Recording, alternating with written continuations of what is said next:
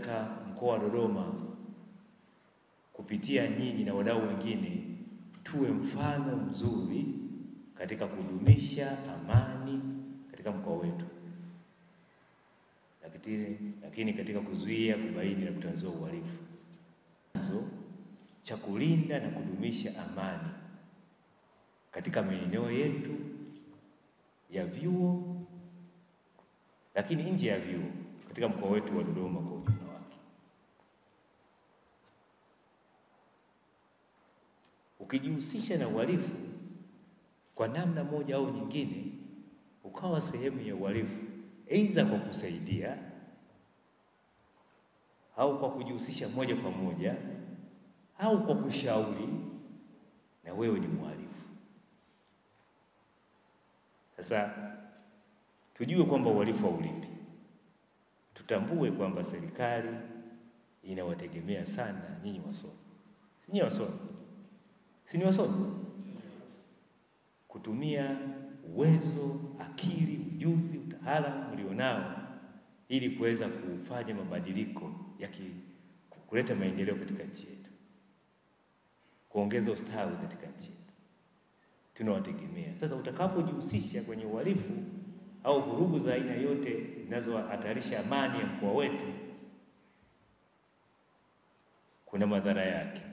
Kwanza, madhara ya moja kwa moja kwako wewe mwenyewe, unaweza kukuta umefungwa, kutumikia kifungo.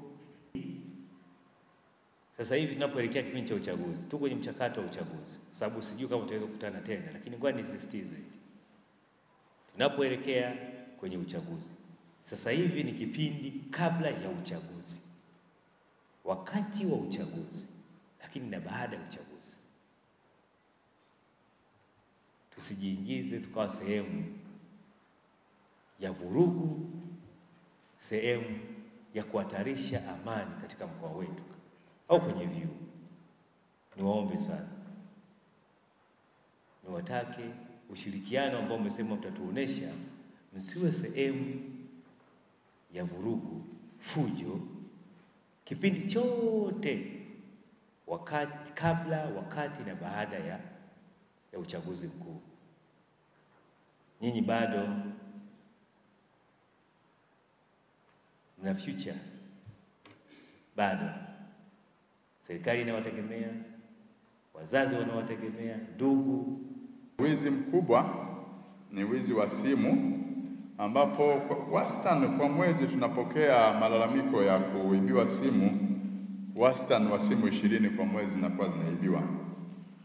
Lakini kompyuta mpakato kwa maana laptop pia zimekuwa zikiripotiwa kuibiwa kwa wastani wa kompyuta 5 kwa mwezi. Lakini pesa taslimu pia uwezo kuibiwa, kwa kumaanisha kwamba pesa ambazo wanakaa nazo wanafunzi mabwenini, alafu pesa pia zinaibiwa kwenye ATM za wanafunzi, ATM kule za mabenki, kwa kupitia kwa mawakala pia. Lakini pia kuna ule wizi ambao tunaujua kule vyuoni, wizi kwa njia ya mtandao. Serikali ya wanafunzi Shosha Mipango, wito ambao tunaweza kwenda kutoa kwa wanafunzi wenzetu ni kwamba tutii sheria na taratibu.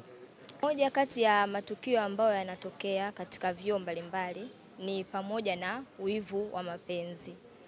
Kwa sisi kama wakina dada tunaathirika kwa namna tofauti tofauti. Kwanza, maendeleo yetu ya kwenye yani katika elimu inakuwa inatuathiri kwa namna moja au nyingine. Katika kitaaluma pia vile vile tunatakiwa sisi wasichana tuendelee kuelimishana zaidi, kwa sababu mapenzi ni hapo tu, lakini unatakiwa wewe msichana ujifahamu wewe ni nani na umefuata nini chuoni. Namna moja au nyingine, matukio kama haya ambayo tumeweza kuyajadili leo yanatokea katika Chuo Kikuu cha Dodoma, haswa matukio kama ya wizi na matukio mengine. Lakini mbali na hapo ni kwamba Chuo Kikuu cha Dodoma kupitia uongozi wake unafanya kila jitihada ya kuweza kuyakomesha hayo matukio yanayojitokeza katika Chuo Kikuu.